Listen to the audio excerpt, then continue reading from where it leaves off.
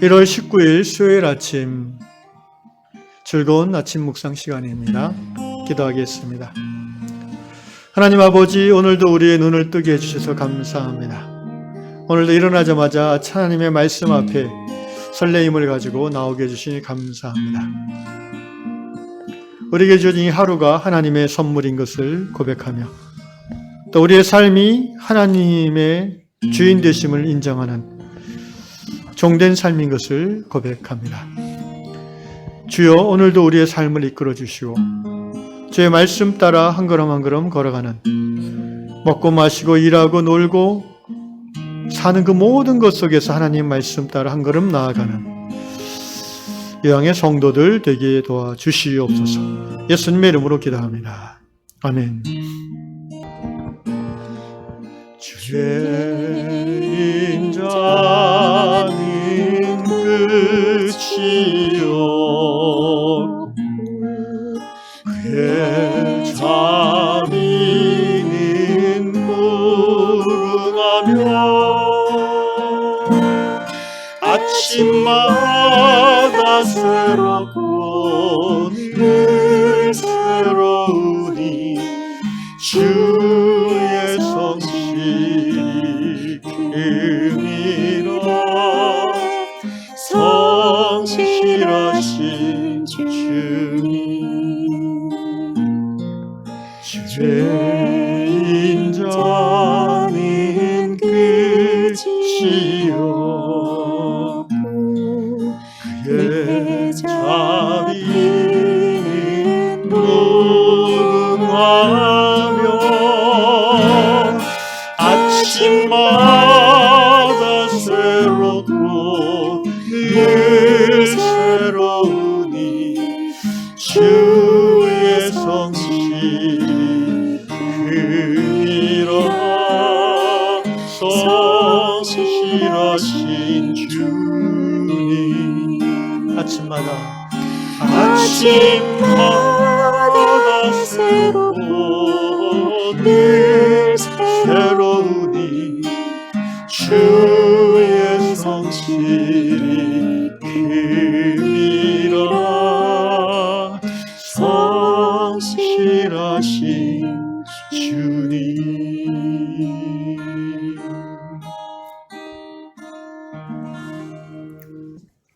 하나님께서 주시는 말씀 누가복음 6장입니다. 신약성경 누가복음 6장 37절로 38절 두 절 말씀 읽겠습니다. 비판하지 말라. 그리하면 너희가 비판을 받지 않을 것이요. 정죄하지 말라. 그리하면 너희가 정죄를 받지 않을 것이요. 용서하라. 그리하면 너희가 용서를 받을 것이요. 주라.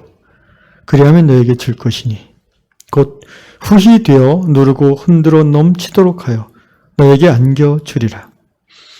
너희가 헤아리는 그 헤아림으로 너희가 헤아림을 도로 받을 것이니라.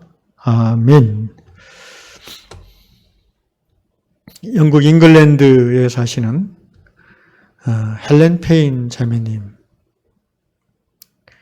영국은 이제 크게 그 세 개의 섬으로 이렇게 이루어진 나라죠. 그 중에 이제 잉글랜드 섬에 사시는 헬렌 페인 자매님인데 글인데요. 크리스마스 날 아침에 자매님이 깨달았던 내용입니다. 그날 아침, 크리스마스 아침이지만 여전히 우리의 그 하루의 일상생활, 집 안에서 이루어지는 그런 것들은 똑같죠. 다른 날과 똑같죠. 자매님이 아침에 일어나서 화장실을 들어갔는데 화장실 세면대에 보니까 그 남편이 면도했던 그 찌꺼기들이 그대로 있는 거예요. 기분이 나빠졌다고 합니다. 주방을 가서 설거지 대를 보니까 설거지가 돼 있긴 한데 행주가 젖은 채로 그냥 뭉쳐 있는 거예요. 또 기분이 나빠졌다고 합니다.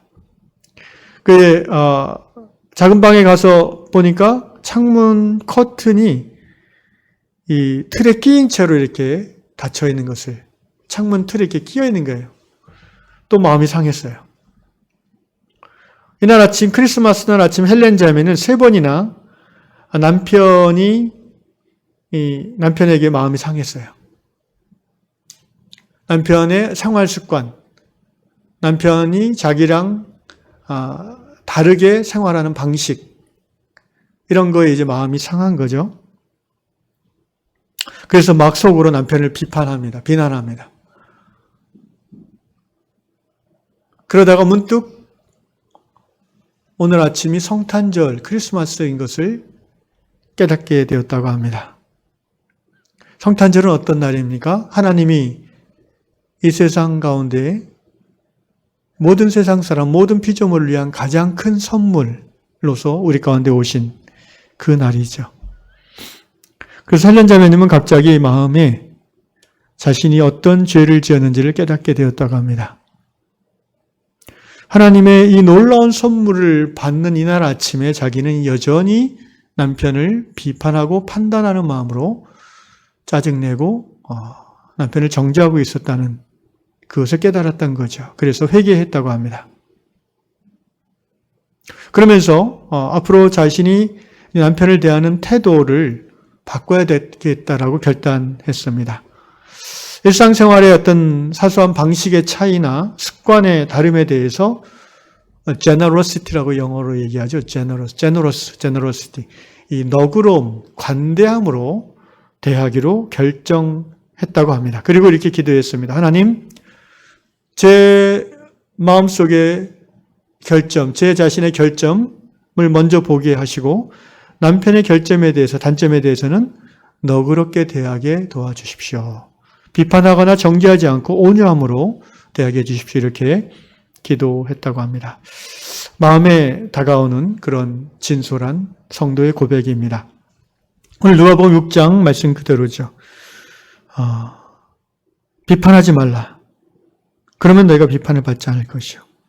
정죄하지 말라. 그러면 너희가 정죄를 받지 않을 것이요. 그럼 비판과 정죄가 같이 묶여 나오죠. 이게 이제 뿌리가 같아서 그런 거예요.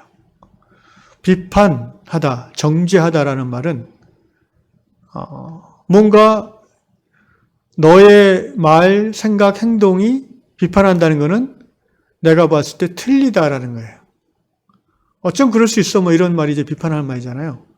내가 너를 비판해 이렇게 말하는 게 아니라 너 왜 그래? 어쩜 그럴 수 있어? 벌써 말투에서 감정이 묻어나는 거죠. 그게 이제 비판하는 마음이에요. 정죄는 거기서 좀 더 나아가는 거죠. 그러니까 너는 이렇게 상대방이 죄인됨을 규정해버리는 게 정죄잖아요. 그 비판에서 정죄로 나아가기가 쉬운 거죠. 당신은 도대체 왜 그렇게 사는 거야? 그것밖에 안 돼? 뭐 이런 말 있잖아요. 그러고도 어떻게 당신이 크리스찬 할 수 있어? 뭐 이런 말 있잖아요. 이렇게 여러분, 이 말이 왜 이제 죄가 되냐면은 상대방의 정체성을 규정해버리기 때문에 죄가 되는 거예요. 그러니까 우리의 정체성을 규정하시는 분은 하나님인데 인간인 내가, 사람인 너를 규정해버리는 거예요.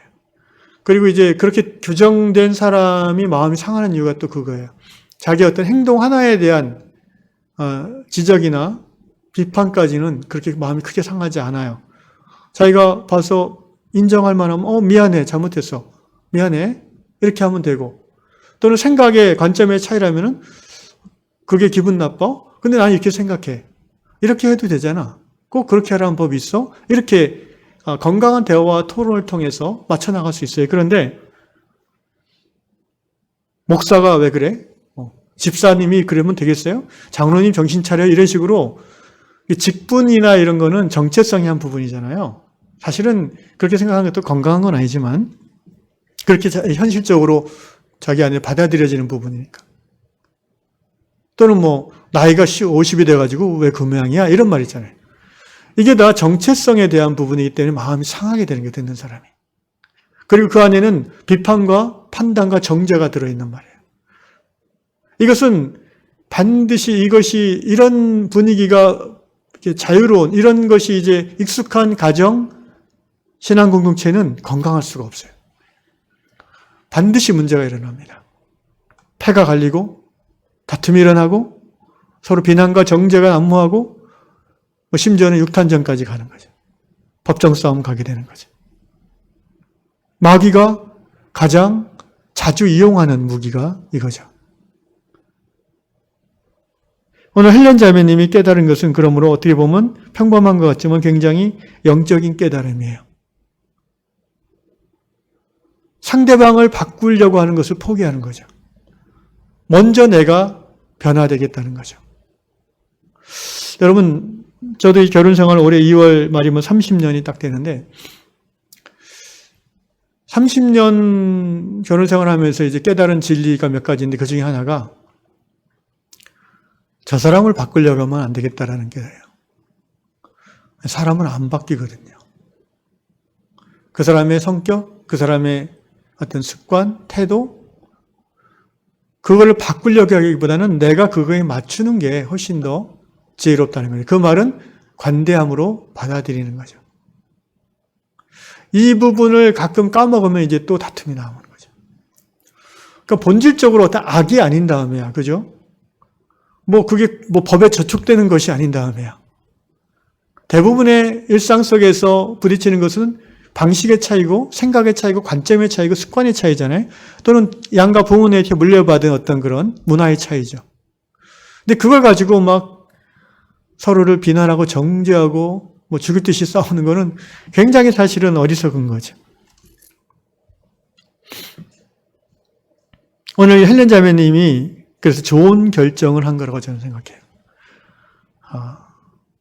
물론 이제 이것만 가지고는 뭔가 부부관계의 문제가 다 해결되지는 않을 것을 알지만 적어도 시작은 내 마음을 바꾸는 것부터 해야 된다는 것이 정답이죠. 내가 저 사람에 대해서 관대해야 되겠다. 그렇게 해야 되는 이유가 뭔지 아십니까? 하나님이 나에 대해서 그렇게 대하시기 때문에.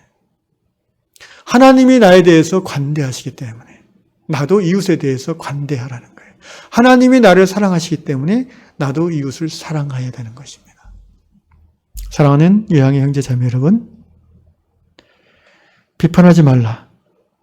37절 보니까 정죄하지 말라. 그 다음에 37절 또 세 번째 용서하라. 동사가 3개 나오죠. 네 번째는 뭐나요? 주라. 비판하기를 멈추고 정죄하기를 끝내고 용서하기 시작하면은요, 그 다음에는 어떤 마음이 나와요? 주고 싶은 마음이 들어야지. 비판을 안 하고 정죄를 안 하고 거기서 멈춰버리면 용서는 안 하는 거잖아요. 그러면 여전히 관계는 깊어지지 못해요. 용서까지 하고 나야 비로소 상대방의 내가 몰랐던 면이 내 안에 보이는 거예요. 저 사람이 저런 면은 좋네, 이렇게 되는 거죠. 저 인간이 이런 면이 있었군. 그래서 이제 뭔가 내 시간과 내 안에 있는 좋은 것들, 내 마음을 주고 싶은 마음이 생기는 거죠. 이 공동체에서 굉장히 중요한 원리들입니다. 네가 그렇게 비판 안 하고 정죄하기를 끊고 용서하고 그리고 주기 시작하면 어떻게 된다고요? 결론은 네 자신이 엄청 풍성하게 받고 누리게 된다. 주라 그리하면 너희에게 38절 줄 것이니 곧 후이되어 누르고 흔들어 넘치도록. 아이고 표현이 엄청납니다. 그죠? 장사하는 사람들 이런 표현 좋아하지 않을지 수도 있는데 아니 또 이렇게 해보세요. 그러면 정말 손님이 더 찾아올 거예요. 후이되어 누르고 흔들어 넘치도록 하여 너에게 안겨주리라. 네가 그렇게 먼저 주면은 너에게 그렇게 그 사람이 줄 거라는 거예요. 결론입니다. 너희가 헤아리는 거 헤아림으로 너희도 헤아림을 도로 받을 것이니라. 그러니까 판단하기를 멈추라. 기도하겠습니다. 하나님 아버지, 우리는 정말 어리석은 죄인들이라서 20년, 30년, 40년을 부부지간으로 살면서도 하나님이 우리를 어떻게 대하시는지를 자주 잊어먹고 서로를 비판하고 정죄할 때가 있음을 고백합니다. 함께 10년, 20년 신앙생활을 같이 한 공동체의 지체들 간에도 여전히 판단하는 마음, 정죄하는 마음으로 벽을 쌓아두고 있는 것을 고백합니다. 주여 우리를 불쌍히 여겨 주시옵소서.